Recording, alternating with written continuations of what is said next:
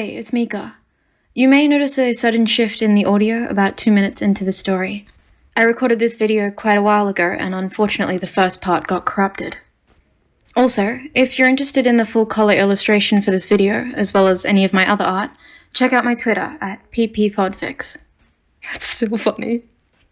Anyway, Area Cryptid upset, no one bothered to inform him of his tragic backstory. By Crimson Seekers. The only thing Dabi remembered when he woke up in some sort of back alley dumpster, head spinning and skin half melted off his body, was a handful of names and a few brief flashes of fire. Not that any of those memories were helpful. He quickly and painfully discovered the blue flames that were his quirk flickered over his hand for no more than a few moments, before what little left of his skin that was unmarred began to turn an angry red. So, not only did he have a flame quirk that burned him because his body ran too cold, but it also rendered the memories of flames useless in figuring out who he was. Fantastic. The names, Sho, Yumi, Nat, and Kei, weren't much to work with. As soon as he checked himself out of the underground clinic that helped him staple his face on, and while Dabi might not remember shit, he knew that was super weird. He began trying to figure out who he was. Amnesia be damned. He kept a list of what he knew about himself in his pocket. Admittedly, most of what he knew beyond basic descriptors was speculation, but it was something. With no legal documentation to his still unknown name, Dabi didn't have many avenues in life to go. So, for the next 6 or 7 years, his main source of income was nothing but petty crime and odd jobs around his neighborhood, for the employers who didn't care about the random teen, 20-something-year-old not having any form of ID. His main, only, hobby and pastime was fondly referred to as the ongoing investigation into who the fuck am I? He was almost on a given-name basis with the librarians at the public library, at a half-hour walk from his dingy apartment. It was nice of them to clarify to the rare hero that bothered to patrol the area that, no, despite his appearance, and didn't that sting, he was not a villain. He often went over to research new leads or reference a psychology book to figure out whether one of his weird, unexplained habits could mean something. The way looking at his white hair in the mirror made him tense, to the point where he just dyed it red, only to feel on the verge of tears when he looked at it, and then dyed it black. Had people with red or white hair hurt him before? He had no reason he could remember to hate the colors, so he wrote it down. The time he realized he couldn't remember anything more than a few months ago that clearly. Brain damage, most likely. So, not only did Dabi have severe amnesia, he also had some sort of problem with his long-term memory that he couldn't figure out the cause of. Did the issue stem from physical or psychological trauma? How did he get covered in severe burns on over half his body, despite the fact that he had to have known how much it hurt him? Was the amnesia caused by an incident that gave him a force-activated quirk? It certainly would explain a lot. It'd be nice to not be a walking poster boy for health issues, both physical and mental, but Dabi did his best. After realizing the growing extent of his memory issues, Dabi switched from just keeping a list of general notes in his pocket to some of those fancy 3-inch binders full of notes, leads, and theories that he had to lug around in a bulky messenger bag. He was rather proud of himself for keeping the table of contents and index so well organized. Hey you, Shigaraki interrupted. You can't even do what that crazy high school girl was able to do. God, Dabi thought. I hope not. I have enough mental issues already. I don't need whatever's going on with her. Give me your name first, the handyman continued. He literally had a severed hand as some sort of face mask. What the fuck? He thought that news report was exaggerated. You're an adult, right?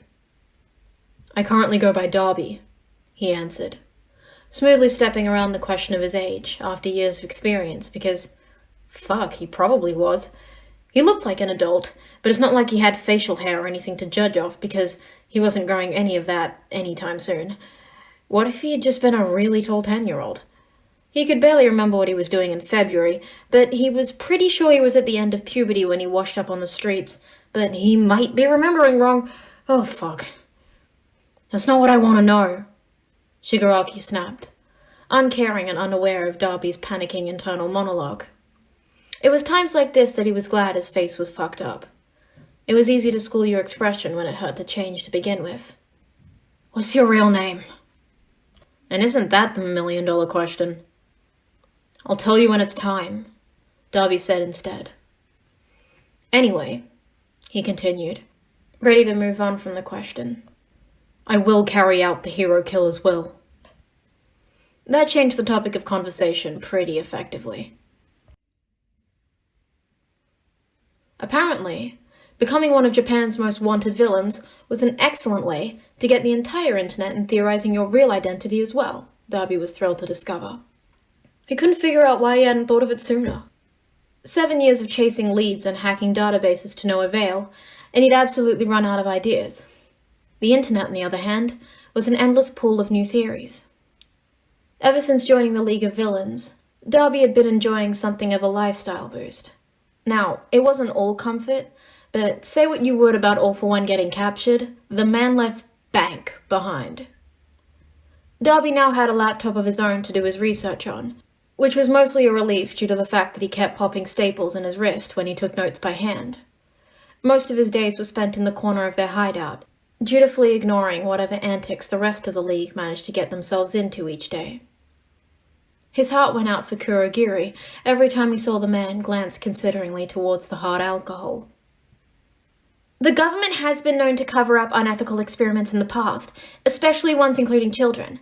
Since the first appearance of quirks, secret government training and experimental facilities have existed to test the limits of powerful quirks. Dabi has seen to wield powerful blue flames, easily pulling off feats of both quirk and physical prowess that should be considered impossible to pull off if he had begun any sort of training regime at a normal age. Let's say around 12. Dabi's lips quirked as he listened to the theory video, hands briefly pausing their constant typing as the voice in his ear kept talking. He turned up the volume of his headphones, clicking over to the tab to check the sources in the video description. Going by what normal physical features we can make out on the few close-up shots and videos we have of Dabi, I would say that it's unlikely that he's older than his late 20s, yet his movements and instincts and quirk abilities speak of experience of almost that many years, supporting the possibility that Dabi could be from one of these experiment or training facilities. Dabi paused as the information registered. Government experiment? His first instinct was to brush off the notion as ridiculous, but his second train of thought was, what if... Dabi had no clue what the fuck was up with himself. He couldn't brush off anything. It was true that he did have an odd sort of muscle memory for how to use his quirk offensively and how to fight, on an almost instinctual level. Years of government training, and that he had an unnatural pain tolerance. Experiments without anesthesia, and that he couldn't remember shit. Memory quirk from a shady government official trying to keep information from leaking. And he woke up in a back alley, getting rid of physical evidence by posing it as a murder. And, fuck, was he a government experiment? Dabi held his head in his hands while the voice droned on in his ear as the information registered. Was he a government guinea pig? A lab rat? Did he even have parents? Oh god, what if he didn't even have a name? What if he was just listed in a folder somewhere as nothing more than a number? Fuck. Dabi spent the next 3 days trying to figure out whether he should just find a way to call the government and ask, before realizing that if he was an escaped government experiment or something, then they wouldn't just tell that to a stranger on the phone. But he still kinda wanted to try. He put down escaped government experiment, ? On his list of potential identities / reason why I'm like this. Dabi knew Hawks was a spy. It was pretty goddamn obvious.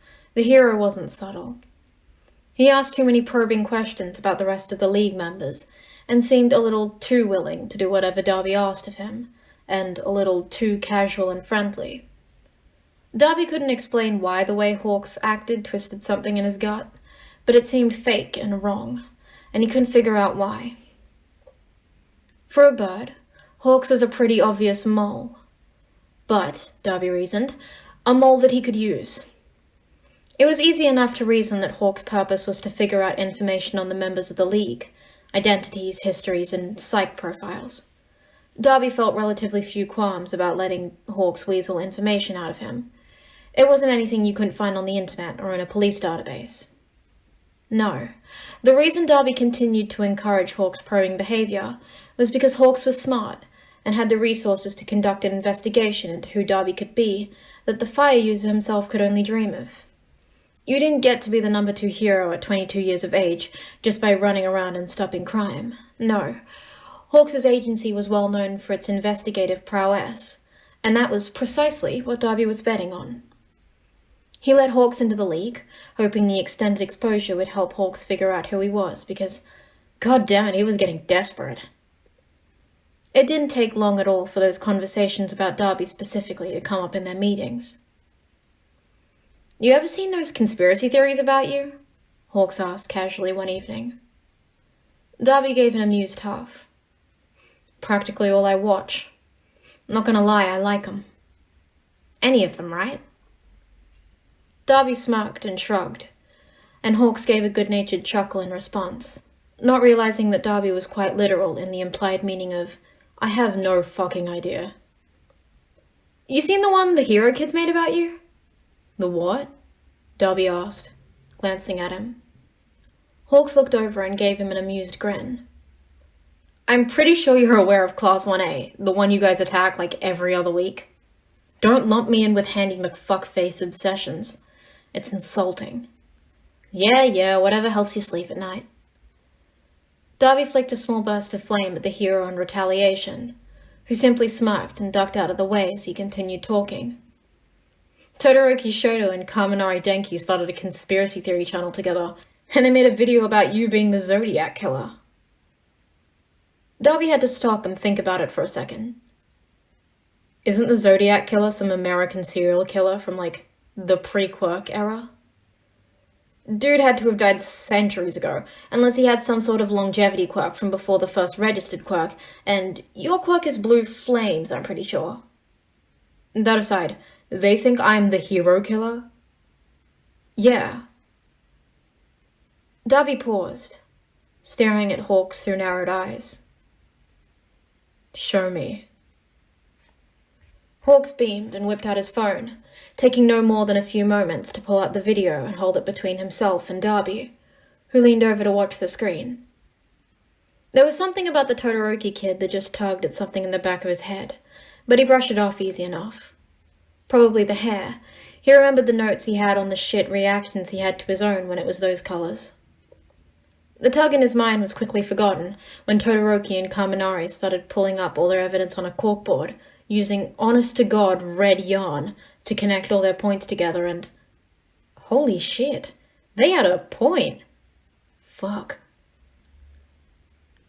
It's well known that Dabi's quirk is powerful blue flames, yet it is also known that he joined the League of Villains, who were previously sponsored by the supervillain known as All for One, before his capture during the Kamino incident several months ago. Connecting all the ties that link Dabi to the Zodiac Killer, as well as the behavioral tics that could also link them, it would not be far-fetched to assume that Dabi might have some sort of longevity quirk. Dabi was reeling as Kaminari picked up where Todoroki left off. "He has some nasty-ass scars, ones that after asking recovery call shouldn't have been survivable, assuming they were all received at the same time, which is relevant to presume since they all seem to be of the same severity in the same state of healing. If you could call it that, have you seen the man? And their relatively uniform matter. Yeah, he had to have gotten fucked up like that all at once, right? Can you imagine surviving something like that? It's clear he didn't go to the hospital, since one of them probably would have reported getting a patient with that distinctive physical trait by now to help in the police investigation. So clearly, either Dabi has some sort of fucked up turtle quirk that gives him his weird-ass skin and longevity, or his original quirk was purely longevity or immortality quirk, allowing him to survive his severe injuries long enough to join the League of Villains and potentially receive his famous blue quirk from All for One himself. Fuck, Dabi thought. Do I have a longevity quirk? I'm pretty sure I've had blue flames since long before I joined the League, but I can't remember shit. It took him a few moments to notice the video had ended, and that Hawks was staring at him expectantly. "So?" the bird prodded. "What you think?" "Fuck, man. Maybe I am the Zodiac Killer." Dabi tried not to let the frustrated aura Hawks gave off at the answer reflect on his own face. He really hoped Hawks was as clever as he heard, because he was so good at keeping his identity a secret that even he didn't know who the fuck he was.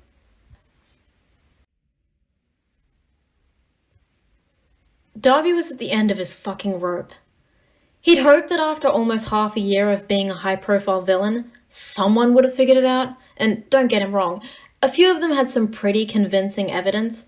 Maybe he was an escaped Canadian convict who escaped 60 years ago, he didn't fucking know, but none of them felt quite right. He was steadily approaching his third night of no sleep, surviving on nothing but desperation and monster energy drinks, as he stared blankly at his list of theories that he hadn't ruled out. Government experiment, Nomu, Zodiac Killer, demon summoned from hell. Fuck, he needed another energy drink. Or caffeine pills. 5-hour energy.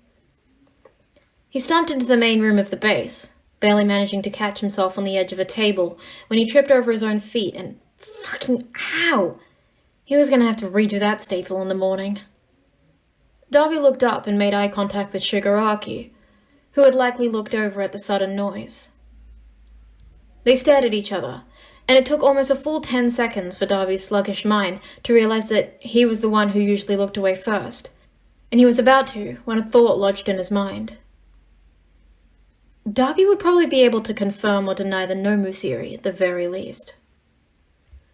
Dabi was pretty sure someone would have mentioned it if he was a Nomu, and he's pretty sure that he joined the League at some point, but maybe he just imagined that. Could he ask Toga instead? Dabi thought she might have been there, so maybe he could ask her. But Shigaraki was right there, and Dabi was running out of patience for his almost decade-long investigation. He also simultaneously realized that he and Shigaraki had been staring at each other for almost a minute, and reminded himself to blink. Fuck it. Okay, just to be sure, I'm not a Nomu, right? Tomura sometimes wondered what he was willing to put up with, and he was fairly sure it wasn't fucking this. Dabi had stumbled into the main room, and Tomura had looked over, fully ready to mock the asshole of a Frankenstein's monster. And then he thought to himself, Dabi looks like shit. That's not to say Dabi didn't always look like shit, it's just he usually looked more aesthetically like shit, if that were a thing. His casual grace was also gone, and Tomura wanted to bark a laugh as he watched Dabi trip over his own feet. Then they caught each other's gazes, and Dabi just stared. Tomura didn't exactly look away either, but it became clear after a few seconds that Dabi wasn't going to look away, and Tomura refused to look away first. Their staring contest continued on for almost a minute, and he could feel his eyes watering painfully from being held open too long, when Dabi blinked lethargically, almost like a cat. Tomura was glad to give his own eyes relief, and was about to ask what the fuck was wrong with Dabi, when the burnt Sasuke started talking. And Tomura could never stress this enough. Nothing could have ever prepared him for the conversation he was about to get into. Okay, just to be sure, I'm not a Nomu, right? Tomura stopped, stared, processed the question, and felt his brain glitch like a fucking Bethesda game.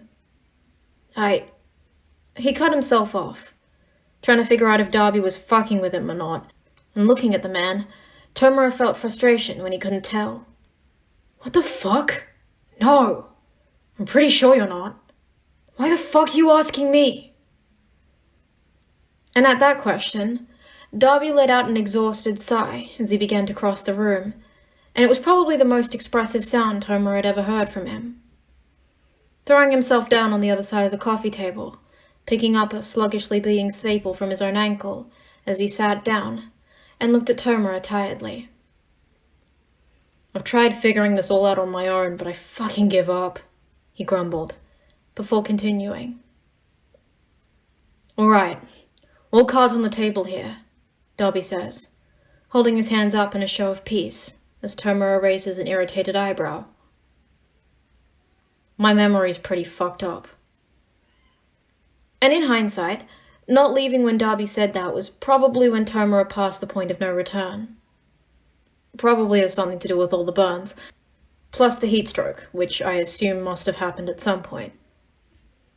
Yeah, that adds up, Tomura thought, glancing at the bloody staple Dabi was fiddling with. Not for the first time, Tomura idly wonders how the fuck Dabi was still alive, as the man kept talking. Anyway, basically I have no idea who the fuck I was, or what I was doing any more than 8 years ago, and honestly even a few months back is stretching it. I can remember things starting from 8 years ago, albeit super unreliably, but anything further than 8 years ago, fucking blank. Been trying to figure this shit out for years. But I've been keeping an eye on stuff online to see if anyone figures it out, and there was this really convincing video about me being a Nomu. It didn't sound right, but I wanted to check. You sure it's not wrong though, right? And Tomura has to take a minute to process that confession. He'd always just thought Dabi was trying to be edgy and mysterious, but he actually had no idea who the fuck he was, and as Tomura looked back on all his past interaction with Dabi, the concluding thought came to him unbidden. Yeah, that checks out. Tomura briefly entertained the idea of telling Dabi to fuck off and figure it out on his own time. But on the other hand, the entire situation sounded like a shit show waiting to happen, and if there was anything Tomura enjoyed doing outside of playing video games, it was laughing at the suffering of other people. Bonus points if that person would finally be Dabi. Fuck it, Tomura didn't have any plans for his evening anyway. Show me the video. Dabi runs to fetch his computer, and Tomura finds himself vaguely disturbed by the fact that he seems almost eager to show the video to him, like some sort of patchwork puppy. But then whatever conspiracy theory Dabi had found himself enamored with started playing, and fuck. That made far too much sense. Tomura was fairly sure that Sensei would have told him if Dabi was a Nomu, but he was right. It was convincing. As the video ended, sources flashing across the screen, Tomura turned in his seat to stare consideringly at Dabi, who stared right back at him. After a moment, Tomura broke the silence. Are you a Nomu? He asked, a bewildered note to his voice, because he'd thought Dabi was on drugs or something before, but now as he looked at him, he couldn't stop the pervasive thought of Nomu rocking around in his brain. I don't fucking know, Dabi whispered, in the most defeated tone Tomura had ever heard. Give me a second, Tomura muttered, fishing his phone out of his pocket and pulling up his contacts list. I can figure this out. Quickly scrolling through the relatively short list, he clicked on the one succinctly titled Dr. Ijiko, and held his phone up to his ear, pinky curled around his palm as he listened to his phone ring. Hello? Is Dabi a Nomu? Tomura interrupted the greeting, deciding to get straight to the point. The doctor cut himself off with a confused tone, and as much as Tomura had never liked the man, he could understand the confusion. However, he had less patience than Dabi. He'd been trying to figure this shit out for almost a decade, and he hadn't lost his shit yet? How the fuck? Is Dabi a Nomu? Yes or no? No, Dabi is not a Nomu. Why would you think he's... Alright, Tomura said blandly, shoving his phone back into his pocket. The good news is you're not a Nomu. The bad news is we still have no idea who or what the fuck you are. Well, I guess I can cross the Nomu theory off my list at least, Dabi said tiredly. You have a list? Tomura asked incredulously. Dabi gave him a blank, unamused look. I've been trying to figure out who I am for almost 7 years. Of course I have a fucking list. But Tomura was invested at this point, and just pointed at Dabi commandingly. Go get them. We're leveling up our investigation skills and unlocking your backstory. Tomura wasn't sure whether or not he should be surprised by the piles of thick binders Dabi had brought back and dropped on the coffee table, which groaned worryingly under the sudden weight. And the man was a twig. He had no idea how he carried them without snapping like a glow stick. "Is this all of it?" he asked slowly, flipping open the binder closest to him and blinking at the tiny font of a fucking table of contents? "Pretty much, yeah," Dabi said. Organized the binders into different groups before pointing at them one by one. "This one's just some general information I've been able to figure out about myself. These two are theories and leads I followed up on and were able to confidently rule out. The next two are ones I'm currently looking into. These three have a list of ideas that I need to start looking into, and there's a shit ton of them. And finally, these 6, he said, pointing to the largest pile of binders, are the leads that I haven't been able to follow up on fully, either because of a lack of resources or just hitting a dead end." Tomura simply stared, only able to comprehend the amount of information piled in front of him simply by thinking, "I thought Dabi killed a fuck ton of trees with that summer camp, but apparently this is somehow where he's more effective at tearing down forests." Tomura took a deep breath and exhaled. Standing up from the ratty couch without a word, he took a few steps up to the large wall on the far side of the bar and brushed his fingers across the surface. He walked from end to end until all the yellowed and torn old posters that used to decorate the surface laid in piles around his feet, leaving the plain wooden walls in his wake. Turning around and padding past Dabi's confused stare and over to the bar, he leaned over the counter and grabbed a knife and marker. Carefully balancing the blade and marker in one hand without decaying them, he tore another poster down from another wall in the bar and turned it to the blank side on the coffee table. Holding the knife in one hand and pressing down the poster with his wrist, he took the cap off the marker with his teeth and wrote down in large, bold kanji, "Who the fuck is Dabi?" Then he held the poster up to the center of the recently cleared wall and stabbed it with a knife, pinning it effectively in place. He turned to Dabi, who was starting to gain some level of comprehension in his eyes at what Tomura was trying to accomplish. "Start pulling out your most likely theories, you amnesiac fuckface," he said. "We're figuring this shit out."